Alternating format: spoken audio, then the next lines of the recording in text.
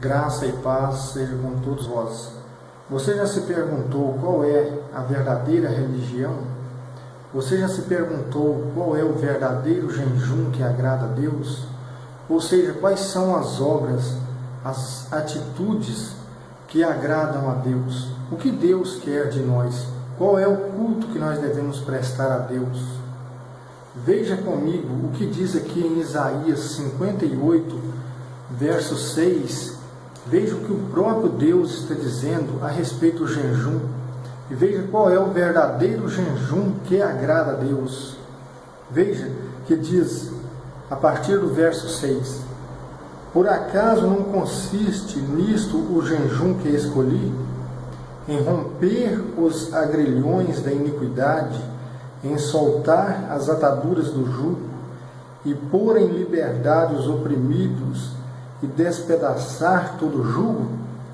Veja, Deus está dizendo aqui, o povo de Israel ficava levantando as suas mãos para o alto, se vestindo de pano de saco, se maltratando com jejuns e etc. E Deus fala, olha, não é esse o jejum que eu quero. Eu não pedi isso para vocês. E aqui no verso 6, Deus fala, o jejum que eu quero é esse, que você rompa com os agrilhões da iniquidade, ou seja, que você deixe a iniquidade, que é a transgressão da lei, que é o pecado, que você solte as ataduras do jugo, que você ponha em liberdade os oprimidos, que você despedace todo o jugo. Não consiste em repartir o teu pão com o faminto, em recolheres em tua casa os pobres desabrigados, em vestires aquele que vês nu, e em não te esconderes daquele que é tua carne? Ou seja, este é o jejum que agrada a Deus, que nós não viemos a virar as costas para aquele que está necessitado, que nós não venhamos a fechar os nossos olhos para aquele que está sendo oprimido, que nós não venhamos a virar nossas costas para aquela pessoa que está precisando de uma roupa, que está precisando do pão de cada dia, que está precisando de uma moradia, ou seja, naquilo que nós pudermos ajudar, nós devemos ajudar, porque esse é o verdadeiro jejum que agrada a Deus. Ele continua dizendo aqui a partir do verso 8, se fizeres isto, a tua luz romperá como a aurora, a cura das tuas feridas se operará rapidamente. Veja o que Deus está dizendo aqui, veja a promessa que Deus está fazendo. Se você quebrar o jugo do oprimido, se você der pão ao faminto, se você der veste àquele que está nu, se você estender a sua mão para o necessitado, a tua luz romperá. Veja, a partir do verso 8, a tua luz romperá como a aurora, e a cura das tuas feridas se operará rapidamente, a tua justiça irá à tua frente, e a glória do Deus de Israel irá à tua retaguarda. Aleluia. Veja, Deus está dizendo, se você praticar esse jejum aqui, eu estarei contigo, eu estarei à tua frente, eu estarei à tua retaguarda, eu estarei para te curar, para te sarar, em todos os momentos eu estarei contigo, é o que Deus está dizendo. Então clamarás e Deus responderá, clamarás por socorro e Ele dirá, eis-me aqui. E isto se afastares do meio de ti, o jugo, o gesto ameaçador, a linguagem iníqua. Veja, outra condição que Deus coloca. Olha, se você afastar do meio de ti a linguagem iníqua, o que é a linguagem iníqua? Às vezes você chega perto de um grupinho de pessoas que só estão falando besteira. Às vezes a pessoa envia essas coisas para a pessoa no telefone. Hoje, com o WhatsApp e muitas outras coisas. Você talvez nem está querendo ver algo, as pessoas estão enviando. Bloqueie essas pessoas, sabe por quê? Porque Deus está dizendo aqui, Ele tem uma promessa para você. Se você se afastar, se você deixar a linguagem iníqua, ou seja, você deixar de proferir palavras torpes, palavras que não têm proveito nenhum, se você deixar de misturar com pessoas que só têm palavras iníquas, se você se afastar dessas pessoas, se você retirar da sua boca essas palavras torpes, então você clamará e Deus dirá: eis-me aqui. É Deus que está dizendo. Veja no verso 9: então clamarás e Deus responderá, clamarás por socorro e Ele dirá: eis-me aqui. E isto se afastares do meio de ti o jugo. Muitas pessoas, elas adoram oprimir os outros, seja em um negócio. Às vezes tem pessoas que dizem que são servos de Deus, mas elas não veem a hora de fazer um negócio e dar uma manta no outro, oprimir o próximo num negócio, ou seja, em qualquer outra coisa. A palavra de Deus está nos dizendo aqui: você deve afastar do meio de ti o jugo, você deve afastar de ti o gesto ameaçador, você deve afastar de ti a linguagem iníqua. Então, se você clamar por socorro, eu direi: eis-me aqui. Deus está dizendo: eu sararei as tuas feridas, eu estarei contigo à tua frente, à tua retaguarda, a tua luz romperá como a aurora. Deus está dizendo que este é o jejum que agrada a Ele. E Ele continua dizendo no verso 10: se tu te privares para o faminto, e se tu saciares o oprimido, tua luz brilhará nas trevas, a escuridão será para ti como a claridade do meio-dia. Aleluia, glória a Deus, aleluia. Veja, meu irmão, Deus está dizendo: se você te privares para o faminto. O que é isto? Eu me privar para o faminto. Às vezes eu não tenho muito, mas eu vejo uma pessoa faminto, é quase que eu tirar da minha boca e dar para aquela pessoa, ou seja, eu senti a dificuldade daquela pessoa, eu senti na própria pele a miséria do outro e poder estender a mão, poder dar o pão para aquela pessoa, ajudar aquela pessoa. Então Deus diz: se tu te privares para o faminto e se tu saciares o oprimido, tua luz brilhará nas trevas. Ou seja, mesmo que você esteja convivendo numa situação difícil, mesmo que as coisas parecem que não estão dando certo, mas se você estende a sua mão para o necessitado, a tua luz ela romperá nas trevas. O que é isto? O que Deus está dizendo? E esse gesto, esta obra, ela não será esquecida. Você receberá o seu galardão. A tua luz brilhará nas trevas, a escuridão será para ti como a claridade do meio-dia. O Senhor Deus será teu guia continuamente e te assegurará a fartura. Até em terra árida, Ele revigorará os teus ossos, e tu serás como um jardim regado. A bênção de Deus ela estará contigo em todo momento. Esta é a promessa que Ele faz. Como uma fonte borbulhante cujas águas nunca faltam, teus escombros antigos serão reconstruídos, reerguerás os alicerces dos tempos passados, e serás chamado reparador de brechas, restaurador de caminhos, para que se possa habitar. Então Deus faz essa promessa. Esse é o jejum que me agrada. Eu não me agrado de um jejum em que as pessoas ajoelham em cacos de vidros, em milhos, em pedras e etc. Eu não me agrado de um jejum em que as pessoas maltratam o próprio corpo. O jejum que eu agrado é quando a pessoa estende a sua mão e ajuda o necessitado. Quando ele vê uma pessoa sendo oprimida, ele não apoia aquilo, ele denuncia a opressão, ele socorre aquele que está precisando. É isso que agrada a Deus. Quanto à verdadeira religião, veja o que Tiago diz. Veja o que Tiago diz no capítulo 2 da sua carta. Ele diz o seguinte, 2, verso 26. Se alguém pensa ser religioso, mas não refreia a língua, antes se engana a si mesmo. Saiba que sua religião é vã.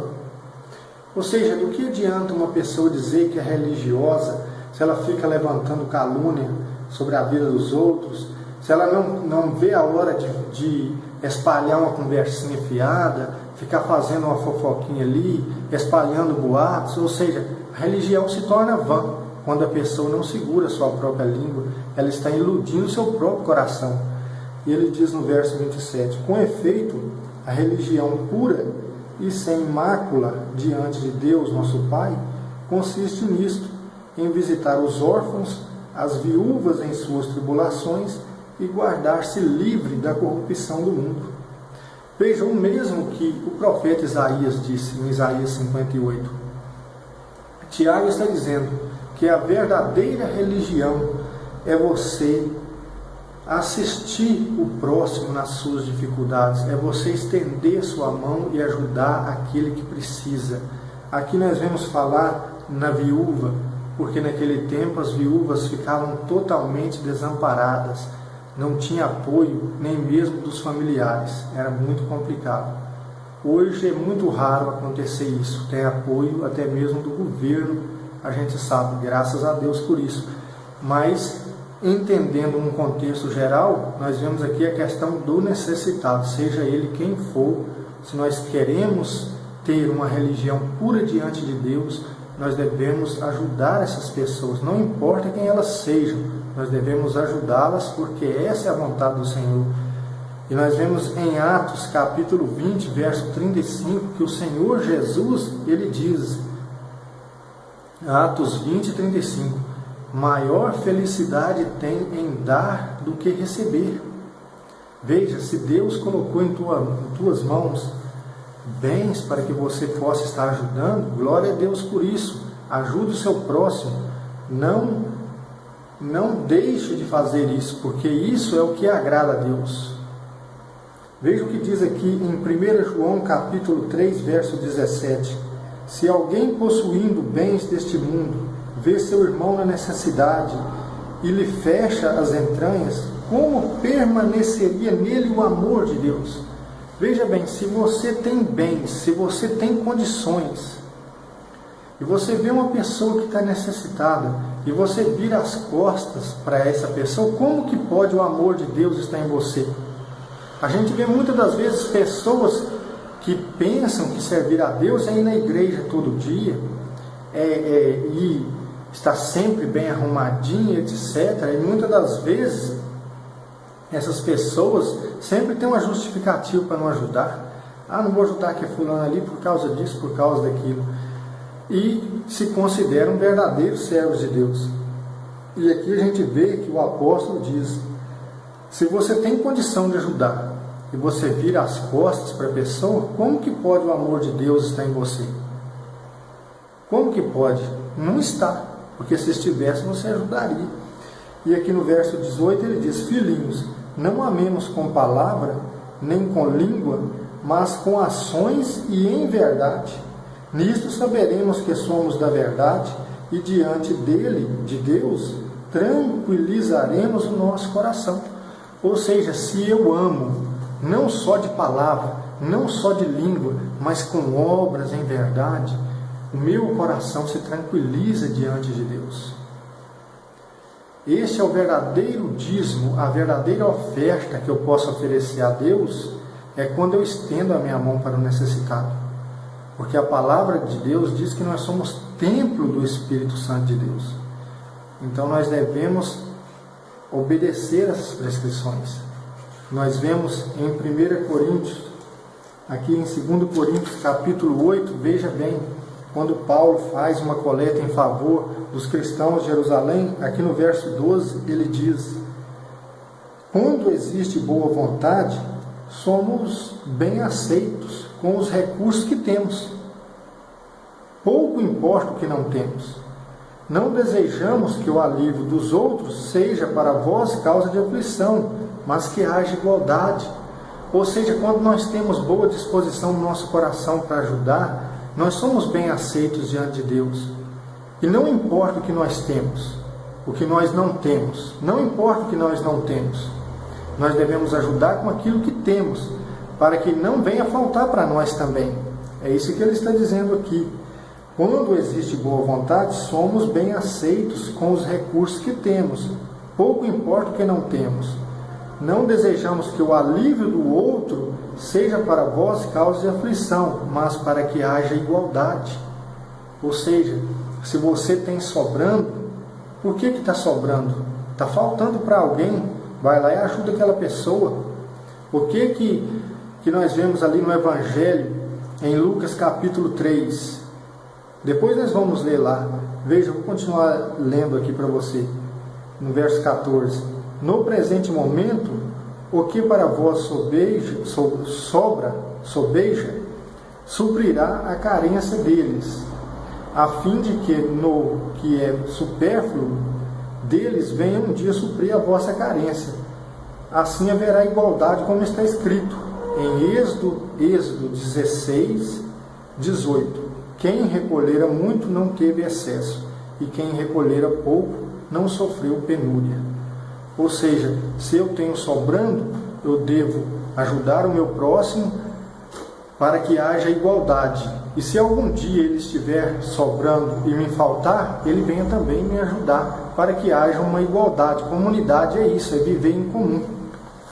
É isso que é o propósito da comunidade. Então, quando nós temos boa vontade, isso é bem aceito diante de Deus.